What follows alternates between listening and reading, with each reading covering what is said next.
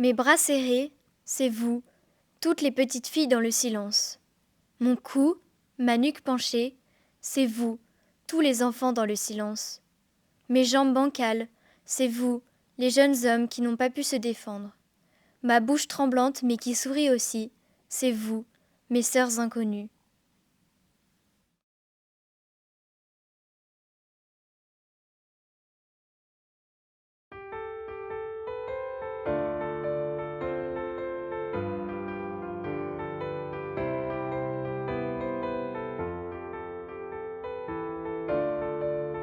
Le cinéma, c'est beau. C'est un peu comme une machine à rêve. Dans l'obscurité de la salle, les jeunes filles rêvent de reconnaissance, d'admiration, de célébrité. Maria aussi rêvait de lumière. Maria est morte à 58 ans. C'est jeune pour mourir.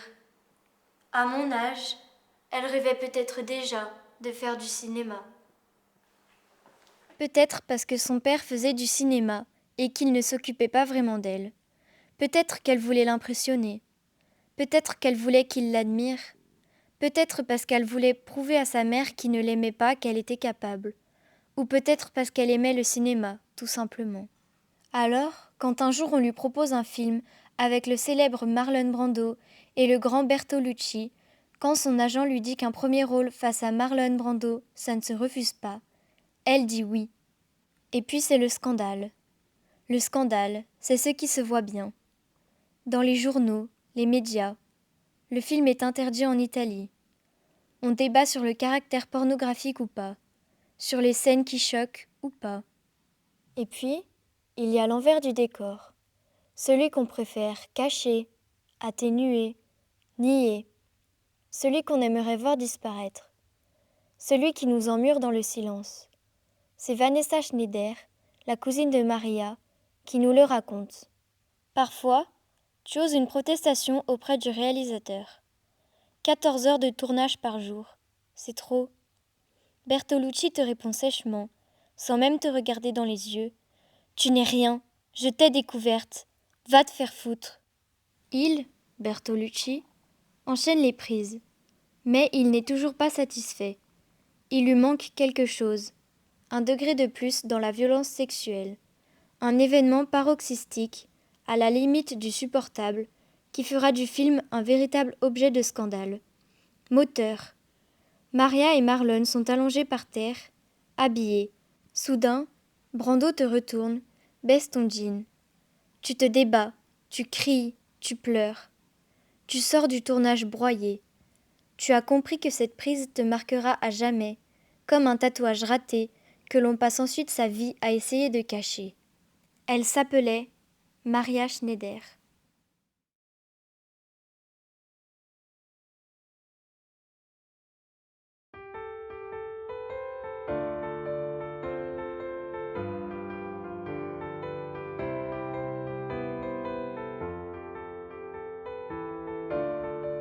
Le cinéma, c'est magique.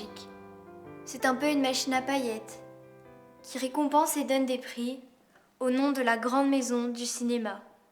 Adèle, elle, est bien vivante, et elle se lève pour créer sa révolte. Elle refuse de faire semblant et d'applaudir ceux qui pensent encore qu'il faut séparer l'homme de l'artiste.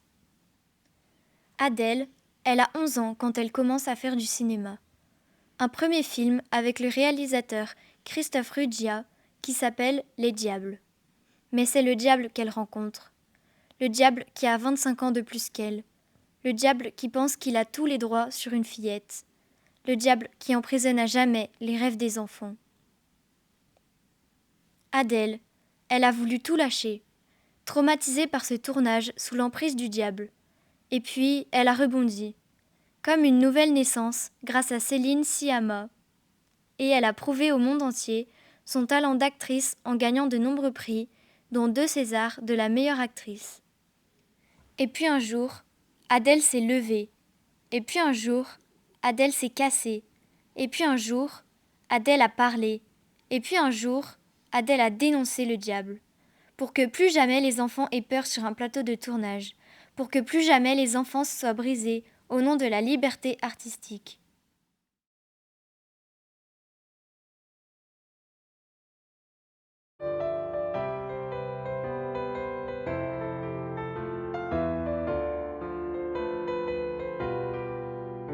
Le cinéma, c'est puissant.